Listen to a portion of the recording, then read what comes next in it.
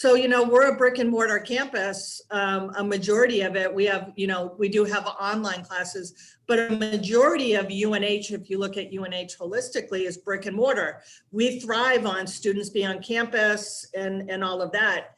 And now it's silent. It's like a ghost town.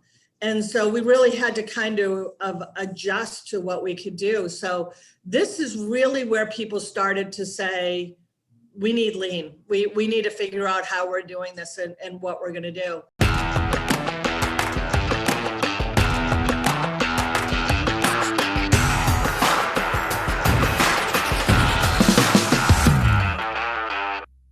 What's up, everybody? This is Paul Critchley, president of New England Lean Consulting.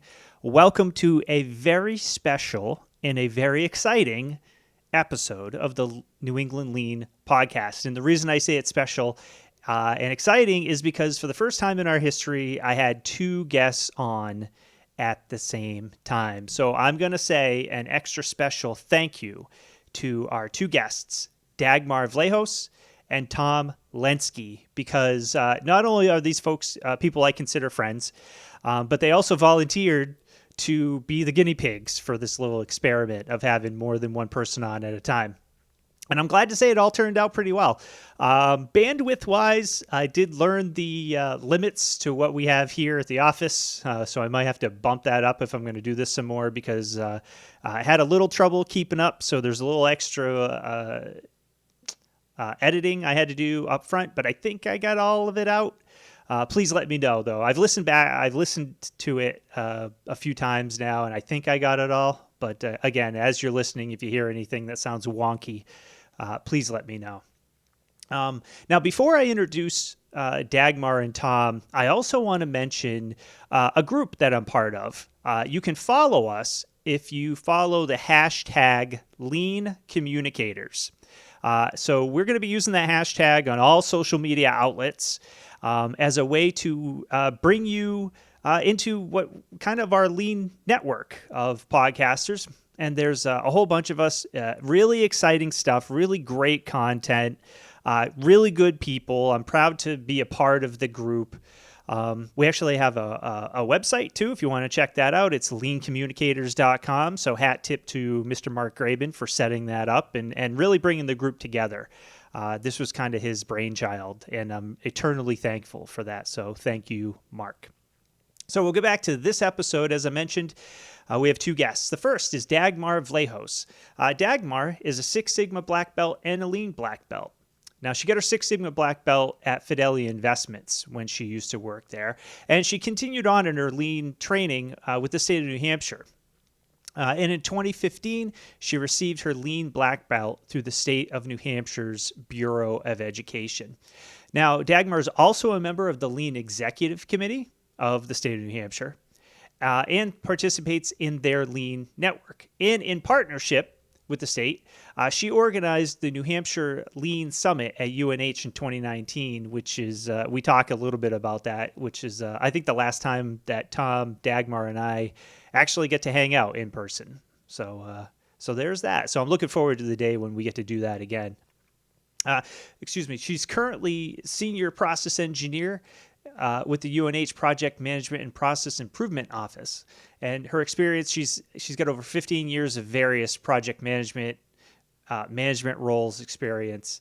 She considers herself a strategist, a trainer, facilitator, and most importantly, a mentor. And I can attest to that. I've seen a little bit of Dagmar in action and certainly follow her on, connected on LinkedIn. And I love the content that she shares. And she's just really she's a good person. I think we need a lot more of those kinds of folks in the lean community, which is not to undersell the other guest, Tom Lencki. Now, Tom was employed with the New Hampshire State Police for over 20 years, so he really comes at lean from a much different place than I think a lot of us do. Tom worked on creating a positive lean culture and developed a staff engagement plan for all state police employees through a lean white belt course. And he's talked a little bit about this. I think he talks about it in the podcast episode about just teaching them some basic 5S kind of tools in using that to make sure they're all the equipment they have in their trunks, which, as you may suspect, is quite extensive. Just making sure it's at the ready so you don't have to dig around, because I mean, we've all seen these videos, unfortunately, on places like Facebook, where a state trooper or a police person will have somebody pulled over on the side of the road, and somebody else comes along, they're maybe not paying attention, or they drift and pile into the back of the trooper's car. So it's really important. Sometimes seconds matter, especially in that line of work. So I give Tom a whole heck of a lot of credit for connecting those dots and bringing that to the state police. And Tom's passionate about lean and what it brings to the workplace. He believes that building teams are critical for successful project outcome. Tom received his lean black belt through the New Hampshire Bureau of Education and Training, much like Dagmar did. He's also completed advanced trainings, both as a certified public supervisor and a certified public manager. And prior to being on the New Hampshire State Police, Tom was actually a United States Marine. So thanks again, Tom, for your service. Now, I'll say together, Tom and Dagmar are partners in crime, their words, not mine. But they provide lean services across the entire university system, as well as instructing lean for university employees. So they really kind of have a dual-pronged attack. As I mentioned, I consider these folks friends. They're just great people. They're so much fun just to hang with and be with. And I think you'll hear it come through in the episode, because this was a pretty fun chat to have and discussion. So as always, I hope you'll like it, and I hope you get something from it. Thank you, everybody. Have a great week. We'll talk to you soon. All right, welcome to the New England Lean Podcast. As I mentioned in the intro, today we have, count them, 2 guests, Tom Lencki, Dagmar Vlahos. Guys, it is so good to see you. How are you? We're doing great. How are you, Paul? Hang it in so awesome. far. We're excited to be here. Thank you very much. So you guys are together but socially distanced, yeah? Yes. So we can look at each other, but we are far enough apart to make sure we're socially distanced so that we can have this conversation with you today with no masks on. Good. Thank you. And thank you for taking the extra efforts. I don't know if you can see from the background. I don't know if you can see in the background, we're in Manchester, and we're actually in the mill yard. So there's brick behind us, which is pretty cool. It's historic downtown Manchester. Pretty cool. Nice.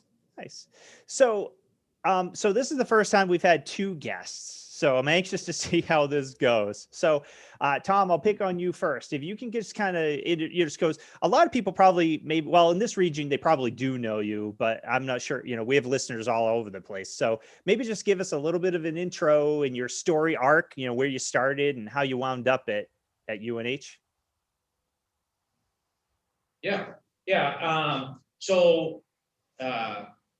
Originally from Massachusetts, I joined the Marine Corps, 4 years in the Marine Corps. And looking back, retrospect, I didn't realize I was doing lean back then in the Marine Corps. Little simple things as like a 5S, right? I didn't realize that I was kind of doing lean back then. And that really helped me as I reflect forward, starting at 18 years old, getting the basic concepts of lean. But fast forward 4 years after the Marine Corps, used the GI Bill to get a criminal justice degree, and I got hired by the New Hampshire State Police. I spent 21 years there. In 2012, I got promoted to sergeant of recruitment and training. And at the time, the lean coordinator said, hey, you're new up here. You have some good ideas. What are you thinking? And I brought up a couple ideas for some lean Kaizen events. And it really connected. One of the things I brought up was our troopers, we all go to a academy together. And then when they come out to the field training officers, FDO, that's what I was, we would send them back. So they would spend like 5 days with me. We would send them back to headquarters to do training. And there would be this back and forth. And I said, we're actually wasting time here. And we're actually putting ourselves behind the 8 ball, because they get into a rhythm with me and then they're losing it going back to headquarters. So I said, what if we came up with a academy where right after the actual police academy, we give them everything that they need, we get them up to speed. And when they go out to the field training officer, they just stay with them for 50 days. So that kind of fast forwarded into, hey, we like how you think, you bring up ideas, you're not afraid to keep push.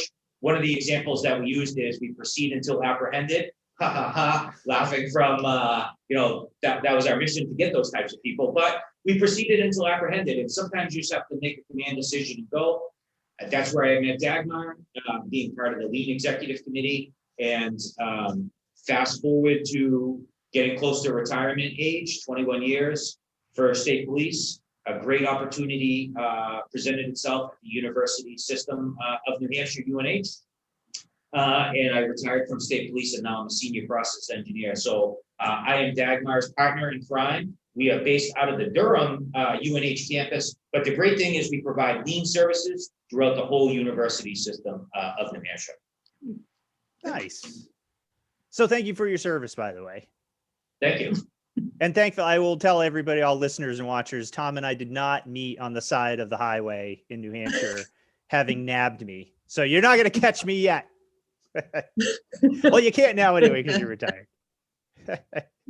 All right, Dagmar. Yeah, I think we met up in Yeah. And that's so, and I probably scooted over it, but it's good to see you guys. I've missed you because we haven't seen each other physically in over a year. Thank you, COVID, for nothing. But yeah, we usually get to hang out up in Portland, Maine at the Continuous Improvement Lean Collaborative Summit and or the UNH Lean Conference, which is the last time we get to see each other, which is what, 2019, I guess? 2019, yep. Yeah. So too long. So Dagmar, Definitely. We missed it this year. yeah, I know, me too. Yes.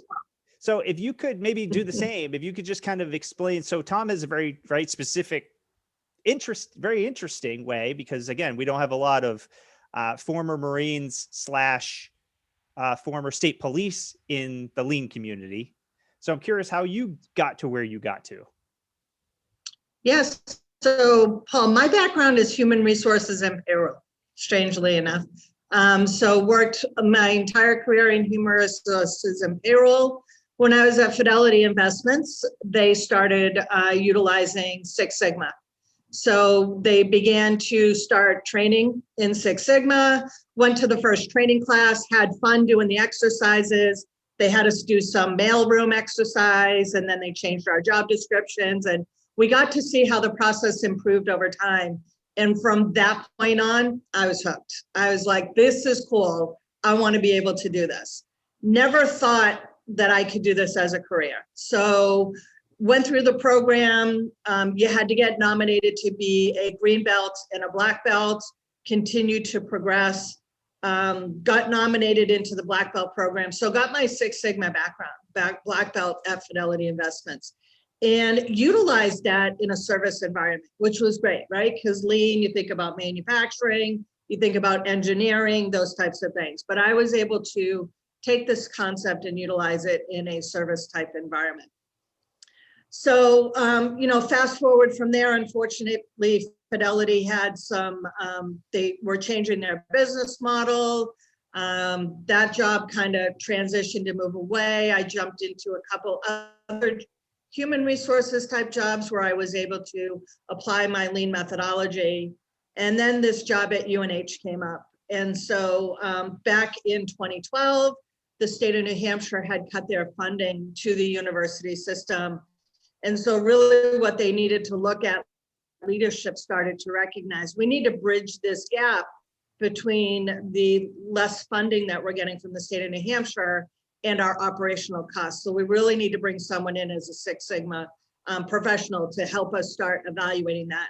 Went in with an interview, had no higher education experience other than being a student, was able to prove to them that this methodology could be used in any type of environment. By the time I drove the hour and 10-minute drive home, I got the phone call, let's talk, we want you to start. That was almost 9 years ago. So super excited that they took the chance on me and that we were able to make this partnership and to make this work. And so I have brought Lean into higher education and have been building out that program ever since. So really excited to be here. That's amazing. And I got to give kudos. I mean, we have another major university as a client. But I don't see a lot of, Lean in higher education, like not the way you guys are doing it.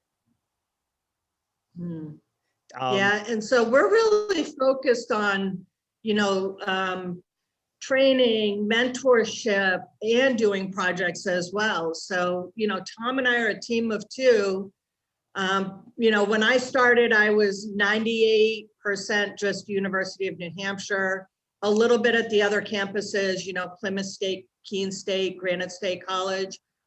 Just little drips and drabs when I had, some time to be able to go work with them as well.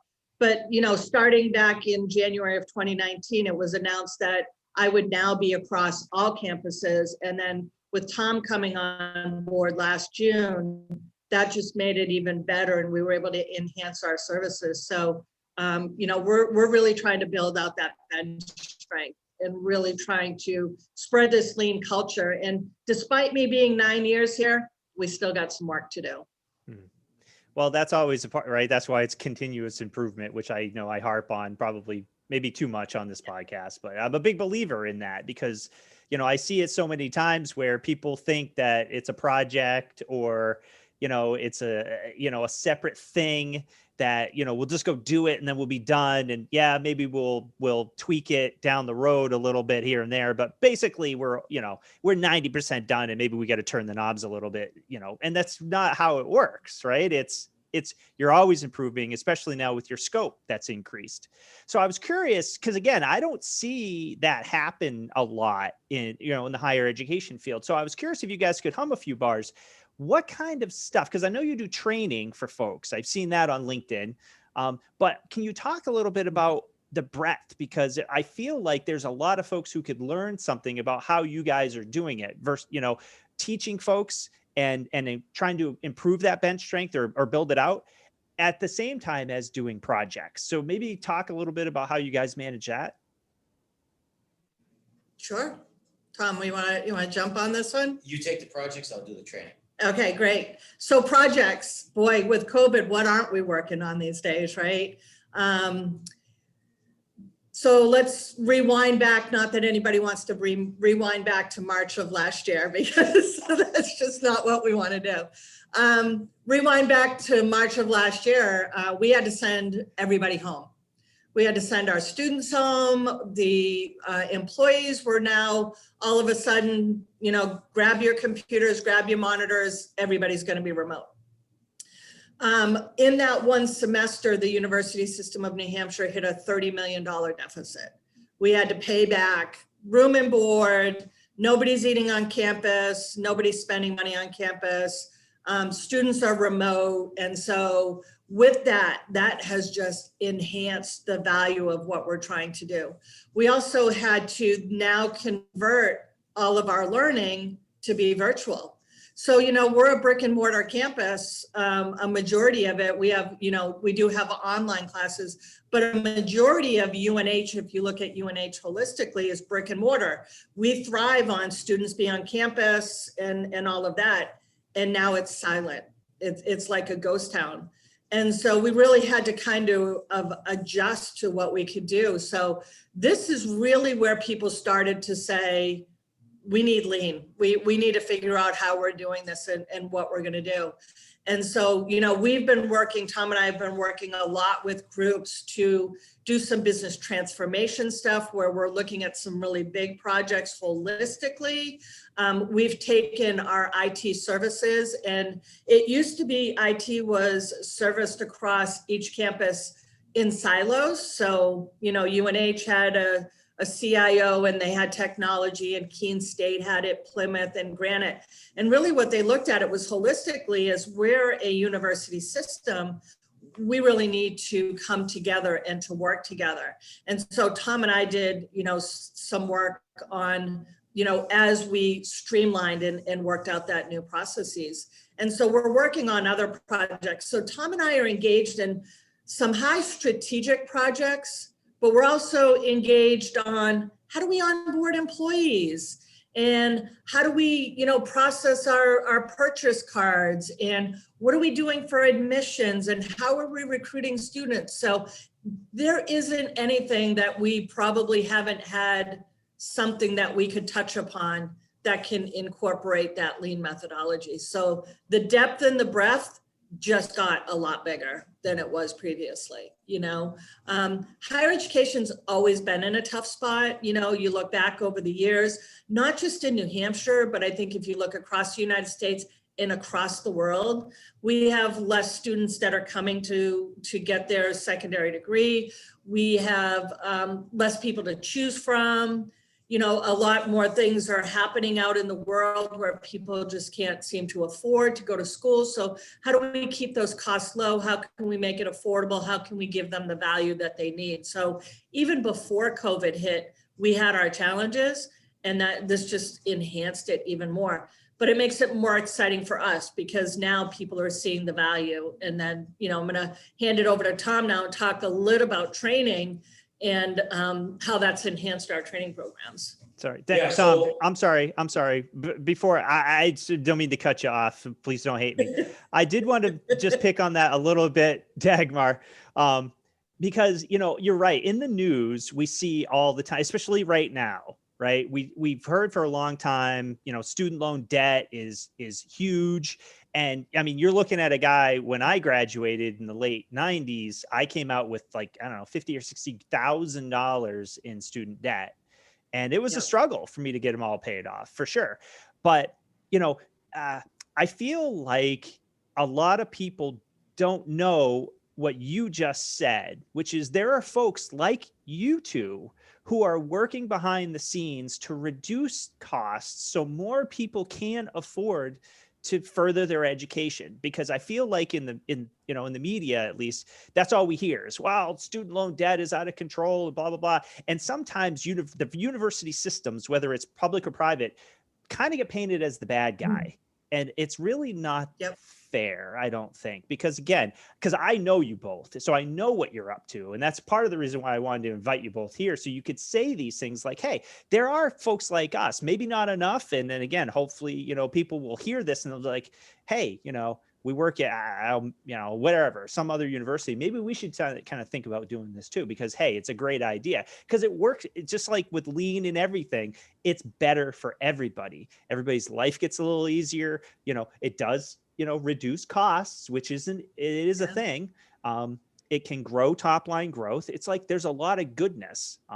So I just want to and thank you for, again, coming on and saying what you just said. Cause like I said, I don't think it's always fair that schools or universities are thought of as this, big hulking behemoth that are only here for the cash, because it's just not the truth. Well, I think Tom's really kind of seen what it takes to run a university, right? I don't think until you work at a university that the back end operational cost to keep a university up and running, especially if you have a brick and mortar university like the University of New Hampshire, right? So Paul, we were fortunate to have you a couple of years back at our Lean Summit, and you were on our campus. It's a sprawling campus. We need to maintain the buildings, the areas when it snows, we've got to get out there and clean all of that up, the dorms. In addition to that, we also need to meet the demands of our students, right? Everybody's coming with their Xboxes and, they want to be doing their gaming and everything. So from a technology standpoint, we need Wi-Fi everywhere. We need connectivity everywhere. All of that comes at a cost. And so to maintain all of that and to do all of that work is a lot of the upkeep of what we need to do for a university. And we need to make it a university that attracts students to want to come there. UNH Durham is a beautiful campus. I think all of our campuses are beautiful. They're strategically placed in these great places.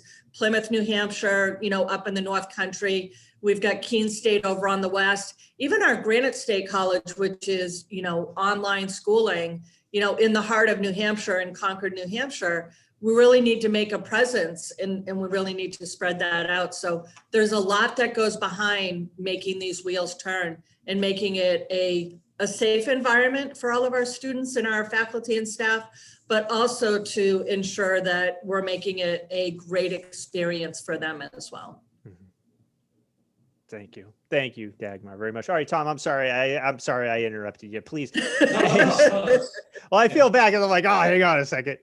So yeah, if you could hum a few bars about what you've been up to with training on the training side, that'd be awesome. Yeah, absolutely. So it's a great partnership with Dagmar, and I think we play off each other really well. And I bring a different perspective than her, but we balance each other out. So when I was getting my lean black belt, one of the things I wanted to do is offer lean training to every employee of state police, whether you were civilian or trooper. And I really saw when that was offered and people could see how they fit in the big lean picture for state police. They really embraced that and the ideas started flowing. So the same thing here, like Dagmar said, we're only 2 people and we have the whole university system of New Hampshire. So we have limitations, but if we grow that bench strength, if we grow that excitement, if we grow that, that leadership encourages from the boots on the ground, the person doing the job, hey, how can we make this more efficient? And when an idea gets brought up, it's actually looked at and it's moved forward. Building that culture is very huge. So for training, obviously I got hired in June here. I started in June, right in the middle of the pandemic. And Dagmar had predetermined lean classes already scheduled. And because we couldn't be in person, we had to cancel some of the classes. We couldn't be in person. So together we decided, hey, let's try this. This is something that we've never done together or as a university, but let's put these classes virtually and let's get engagement. Let's see what tools are out there. And that's what's great about this lean community is everyone is willing to share new ideas or new technologies. We know you had Patrick Adams on previously. We get a lot of ideas from him, which we met him at the UNH Lean Summit as well. But from September to the end of the year, we had over 70 employees go through our training in one form or another, either intro or green lean belt. And when you look at the different areas that these employees worked at, it was admissions, human resources, facilities, anything and everywhere in between. And it was from Plymouth State University, Keene State College, Granite State College, and the University of New Hampshire. So that's really huge when we're really trying to grow, encourage, and really engage with everyone. People are really picking up on that. And the culture, I believe, I don't want to speak for Dagmar, but I believe people now realize lean isn't scary. We are including everyone. That's what's great about, even though we're based out of Durham, we have the whole university system. It's gonna, over 2021, even though we still have these restrictions, I see us growing even more. And it's really about having everyone think in a different way. And I liked what you say. It's not, I always said lean all day, every day. And I got that quote from John Shook. I saw that and I loved it. It's really about getting that mindset that we're continuously looking at things. It's not we did a project and we're done and we're going to move on. No, we're always going to look at that. And hopefully through our training, everyone looks at things at a lean lens. Take a step back, look at it from the 5,000-foot view. How is this going to affect forward, backward, left, and right? And once we get everyone in that lean mindset, I think this is just going to grow tremendously. So let me, Patrick, or Paul, can I kind of work a little bit off of that? Sorry. of course. Of course. So one of the things that I looked at, so before Tom came on board, like he said, I had the whole 2020 schedule out for the whole year. I've always done lean training in person. Once COVID hit, I was just canceling them. And guess what? I wasn't practicing what I was preaching. I wasn't adjusting to the climate. I wasn't adjusting to the change. What I was doing was, I don't know how I can do this virtually. Is it going to work virtually? I need that face-to-face, hands-on things. And it wasn't till Tom came on to really help me open my eyes to say, this isn't scary. We can do this. We can do it virtually. And from there, as Tom stated, it's been successful. And we've gotten nothing but great feedback about that virtual training. So I have to say, as lean practitioners, sometimes we like to tell people or show them how to do things. Sometimes we need to look in that mirror and go, but am I doing it as well? And I found myself stuck in a place where I was like, I have always done lean training in person. I can't imagine doing it virtually. How am I going to show someone how to process map virtually? I don't know. I have no idea. So I have to say, as lean practitioners, sometimes I think we should take a step back and look in the mirror and saying, am I practicing what I'm preaching? And have to be honest, for a short period of time, I wasn't thinking change management, and I wasn't thinking about changing how I delivered our training programs.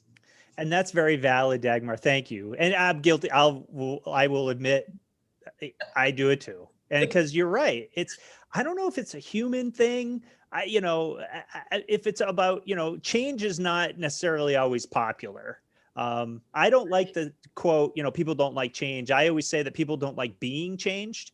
And when we talk COVID, we all got changed, whether we wanted to or not. And it is sometimes interesting. And I think sometimes it's easy for everyone, lean practitioners included, for us to throw up our hands and be like, what do you want me to do? Like, this is out of my control, and you're absolutely right. And I do the same thing sometimes when, if we're dealing with a client and I have a salty, lathe operator or something who's done the same thing for 30 years, who just doesn't, air quotes, get it. And I have to continuously remind myself that we're all guilty of it.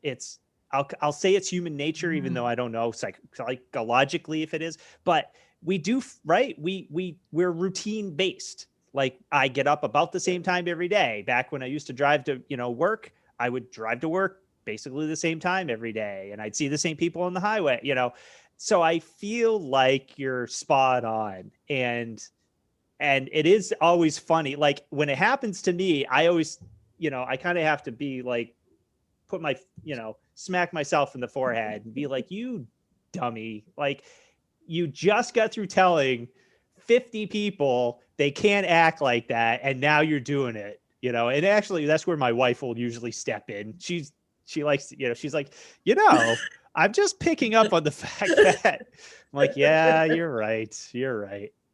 So let me talk about that a little bit, because as you guys know, you're listeners, and thank you, by the way, for that. So I do like to talk about the culture piece.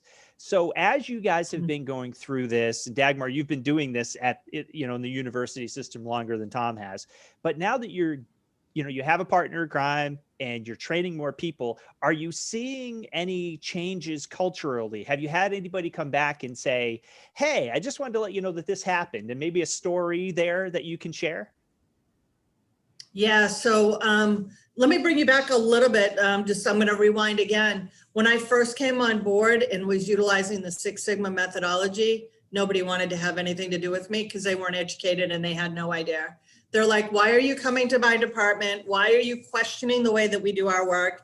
And so there was a disconnect in communication between leadership, those frontline workers, and even the middle management team.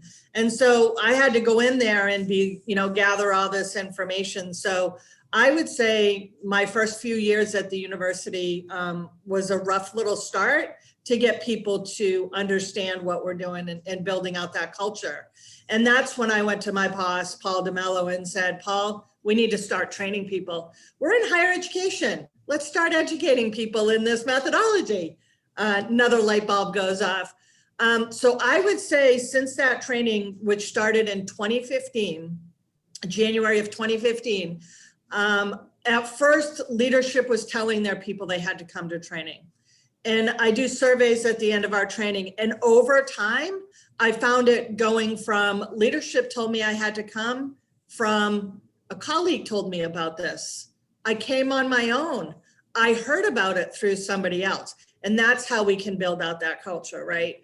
So that's one of the things that I started to do is to do that. I think the more that Tom and I are out on either social media, advertising what we're doing, we're talking to people. I have had to really work on my active listening skills over time, because I've really started to listen to what people have to say and really start to put myself in their shoes and to understand where you come from. You and I, you mentioned change management and how, change is difficult for a lot of people. We've got longevity at the University of New Hampshire.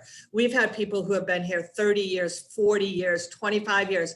We have someone who's going to be retiring pretty soon, who's been here since she got out of college. She started this job, and this has been her whole career. So you talk about looking and wanting to change a mindset, and then you incorporate in new people like Tom that are coming in with fresh ideas and, well, why don't you change this way? So I think that by us getting out there, training people, working with people, and being active with people is really going to build out that culture. One of my best memories that I have is being on campus. And I've trained over 900 people in Intro to Lean since 2015. And this woman came running up to me, Dagmar, Dagmar, Dagmar. And I'm like, okay, well, it's got to be me because I'm the only one. You aren't going to believe what I just did. We just enhanced this process within my group. And I was so excited for her, but I had no idea who she was. And I go, send me an email. That's great news. I do really well trying to remember everyone that's been trained, especially as they progress through the program. But to have people come up to you and to be excited about what they learned in your class and what they can do is phenomenal to me. And that's rewarding. And that made my day, because some days are good days where people are getting it and they're doing the lean stuff. And there's other days where it's like, I don't understand why people aren't grasping onto this concept. And someone told me back, Dagmar, you have to remember, not everyone is as passionate about lean and change as you are. And so sometimes you have to put yourself in their shoes and try to really understand what they're coming from. But those kinds of stories are what make me what I am today and wanting to keep getting up and doing this each and every day. So. And I'll jump on that just a tiny bit. Before I retired, I leaned out the trunks for the troopers. And as a supervisor and somebody who needed to use my trunk all the time, the question was, am I setting myself up for success? So the example I use is down in Nashua, we have a 6-lane highway. Sometimes there's a rollover accident and we get there before the big red fire trucks, right? So you have one trooper in a little tiny car. How do I shut down 3 or 4 lanes? Well, we have flares in the back of our trunk. So when I pop that trunk, if my trunk is not leaned out and standardized, I'm rushing around, and I have traffic just like down in Connecticut. I have traffic coming at me at 80 miles an hour. Fast forward to when I was a supervisor, if I am not helping my troopers get their trunks organized, I'm setting them up for failure as well. And I'm not only failing them, I'm failing me, and I'm failing their families as well. So when I knew the culture really started building, and Dagmar and I laugh about this sometimes, and it's, instead of it's, this one time at band camp, it's this one time at lean camp. But no matter where I was, either doing debriefs up at the range for use of force or at headquarters, a cruiser would pull up beside me and they'd get out, and it could be somebody who's been senior to me or junior to me. Sergeant Lencki, will you look at my trunk? Is it leaned out?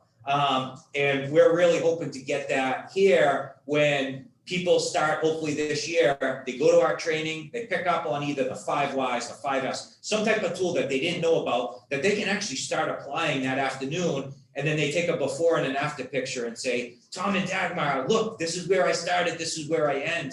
And we're trying to tell them, like, get that information to us. We're going to celebrate every single win. It doesn't have to be a huge Kaizen $1 million. It could be like you just saved 5 minutes a day because you're not walking back and forth. We need to celebrate everything from there all the way up to the $1 million win. So that's what we're striving for, is to get people as excited and as passionate as us. Yeah, and I hope, I hope that all of us can, all lean practitioners. I mean, that's part of what we right and try to do is get people excited about doing this stuff, because you're right. And me being a consultant, I'm the, sometimes management has hired me, It's not that, nurses and doctors have asked us to come in or, whatever. So sometimes I'll get the side eye, like, who is this guy? Or who are these people? Like, what do you know? Have you ever been a nurse? Have you ever run a mill? It's like, well, no, I haven't. So then, the natural next question is, all right, well, what the heck are you going to tell me about my job that, what magic fairy dust is this garbage, kind of stuff. But to your point, I also like to say that lean's a lot of small ball, right? Singles and doubles. And yeah, sometimes we'll hit a home run and win the 2004 World Series, go Sox. But right, sometimes it just doesn't happen. But when you can string together a lot of singles and doubles, which are much more common, you're still going to win the game. And Tom, to your point, I love that story. Thank you for sharing. If I'm driving on the highway and I can see, like you described, a state trooper on the side, those seconds, you never know. And that's something I can't, as a mechanical engineer, I've never had to be in that kind of situation like you and your, coworkers were, where seconds count sometimes.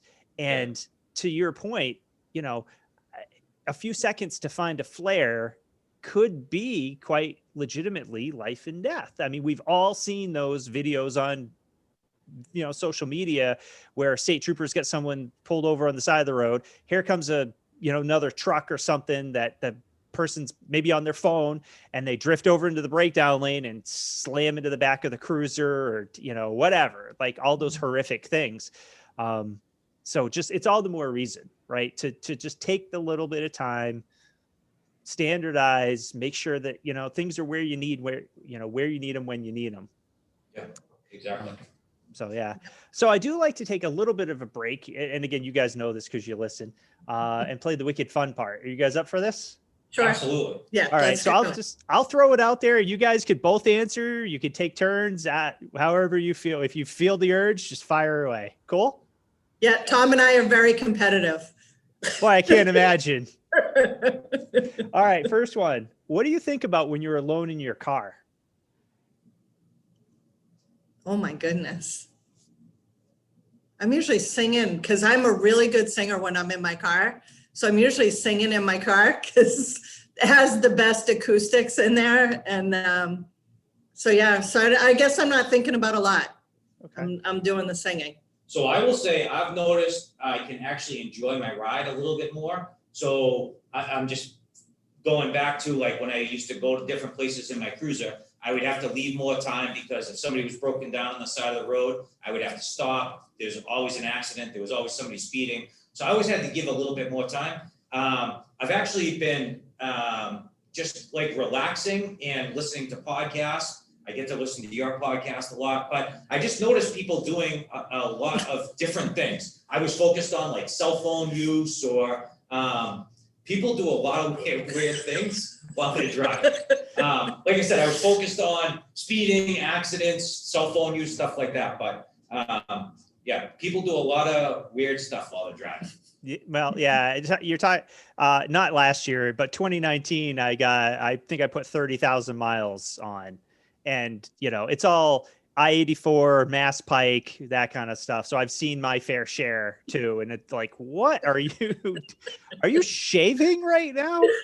Which, true story, I saw it happen. Yeah. Crazy. How about this one? What keeps you up at night? Why is it taking us so long to answer? So I was going to let you go, ladies, first, but I'm go right ahead. I have noticed now, I was almost like in a routine, right? So 21 years, I had a shift. When my shift ended, I wouldn't be able to leave unless I got all my work done. So there wasn't a lot of things hanging over my head. So now I tend to think about like, all right, we have training coming up or we have a podcast coming up, different things. So I get up thinking about those what ifs or down the line. And one little thing that I did, I can't remember, I'm old now, but I can't remember like what I thought about at 2 a.m, at 8 or 9 a.m. So I actually put a notebook beside my bed. And when those wicked good ideas come into my mind, I write them down. And then Dagmar will say, man, you're wicked smart. I'm not wicked smart, I just wrote it down. So Nice. mine's not so philosophical about what keeps me up at night. I would have to say it's my dog because she always has to go outside at like midnight or whatever. It's almost like having a little kid, right? So, other than that, unless we've got a lot going on at work, it's pretty restful for the most part. That's great. That's great. Yeah, I've had those jobs where, you wake up at 2:33 in the morning, couldn't get back to sleep. I mean, I literally have gone into the plant at like 4 in the morning because I'm like, well, I'm up. I might as well go in and get more work done. And I look back now and I think, man, that's no way to be. That's no way to live. So, Yeah, not at all. how about this one? What profession other than your own would you like to attempt? Baseball player. Nice. I answered first. Always, he's up on me on this one. I want to be some sort of travel consultant because I love to travel.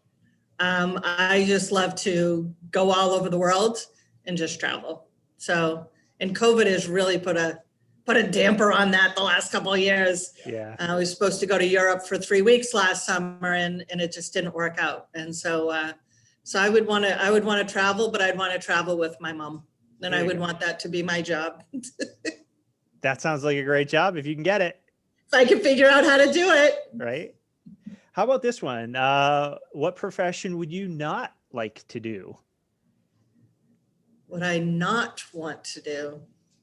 Yeah, for no money in the world, could somebody pay you enough to do this thing? Oh my goodness. Tom, you're not really quick on this one. Yeah, I'm not really sure.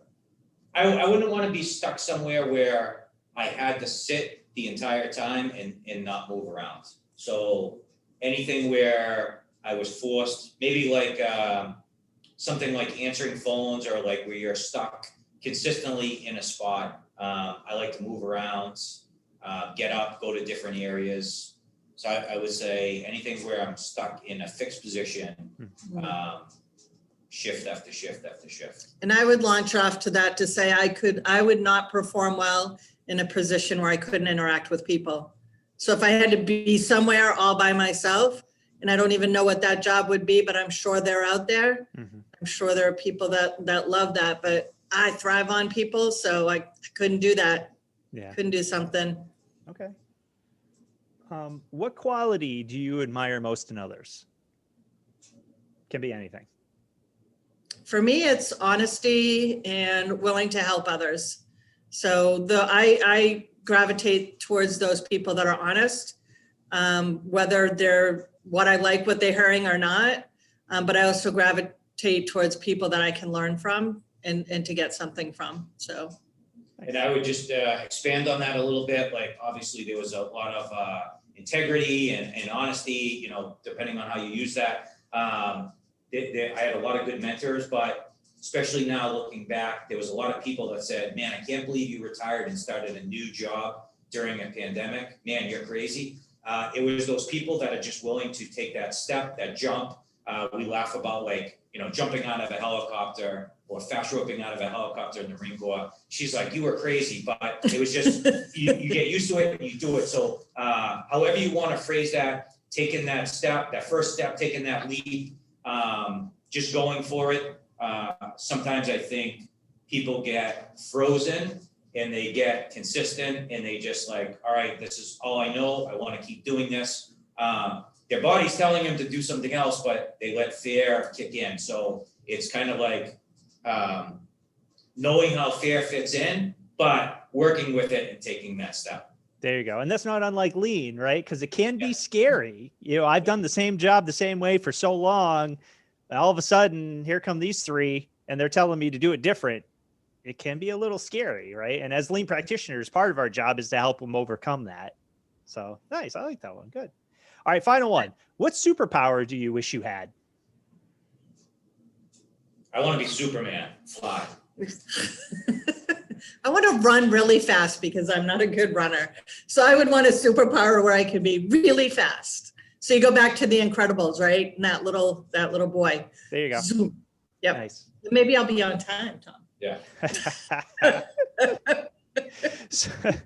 So we've got a few minutes left. So I just wanted to throw it out to you guys. If there's anything that you wanted to talk about or brag about, I mean, you guys are doing awesome stuff, and I can't say thank you enough for agreeing to come on and talk about it. Because again, I'll reiterate, at the risk of being repetitive, I wish I saw more in higher education of people doing what you guys are doing right now.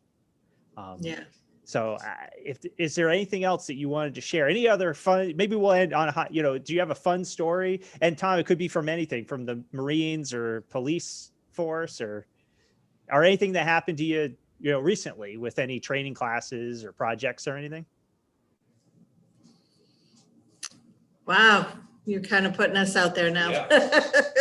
I was thinking about what I wanted to close on and talk about. And one of the things I want to reiterate with a lot of people is mentor others, really kind of see the value that people have in others. That I think is what I enjoy the most about my job, is the mentorship and working with people and taking someone who has fear and really kind of changing how they do their work. So I'll give you a short story. I don't know if you've ever met Chuck Bagley.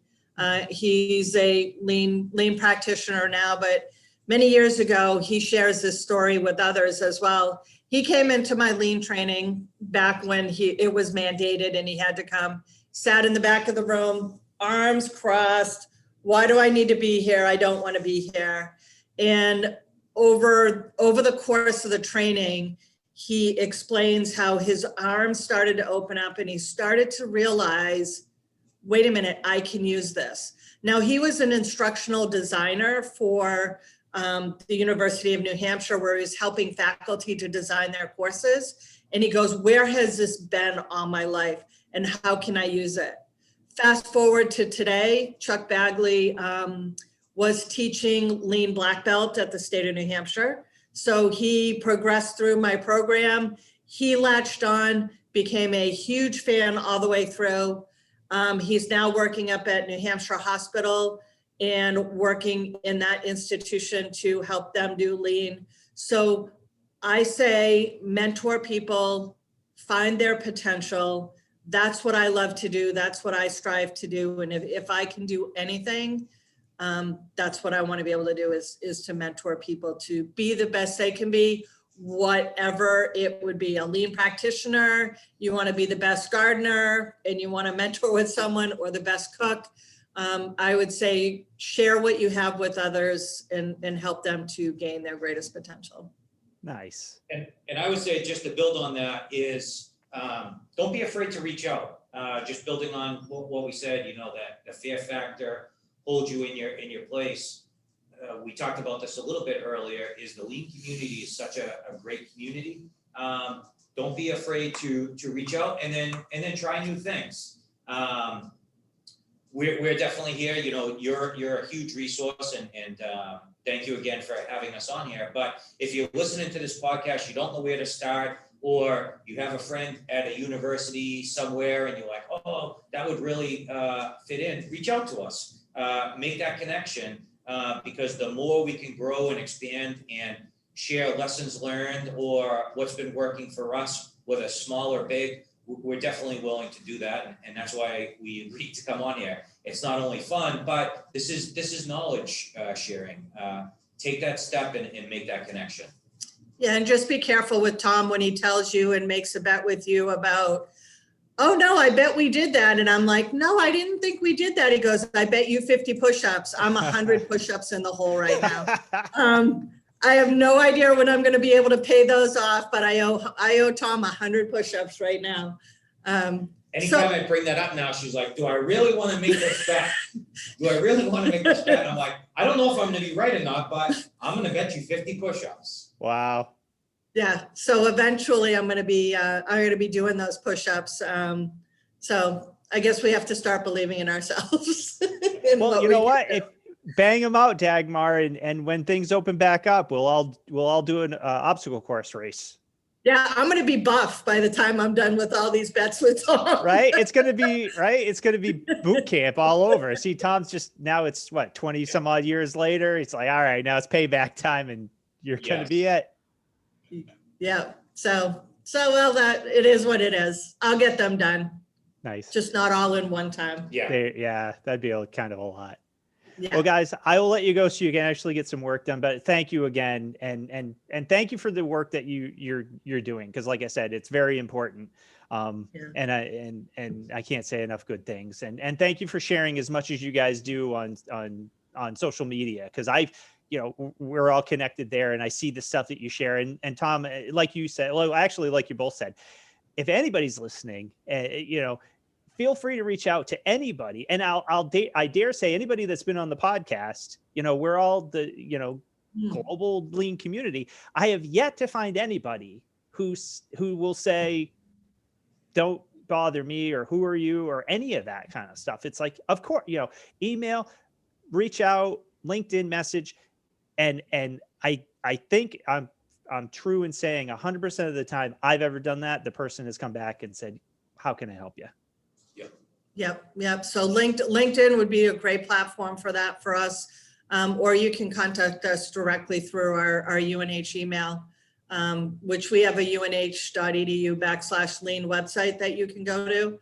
And so Tom and I are out there, and it's a great place also just to get information about what's happening within the higher education community and what we're doing.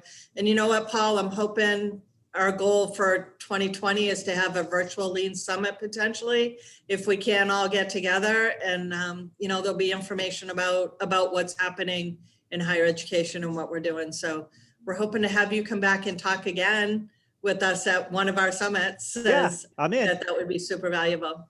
Sure. Yeah. Yeah. And Paul, thank you for having us. And I think one of the bets coming up will be, if she loses, she has to do the obstacle race with us. We'll make up T-shirts or something.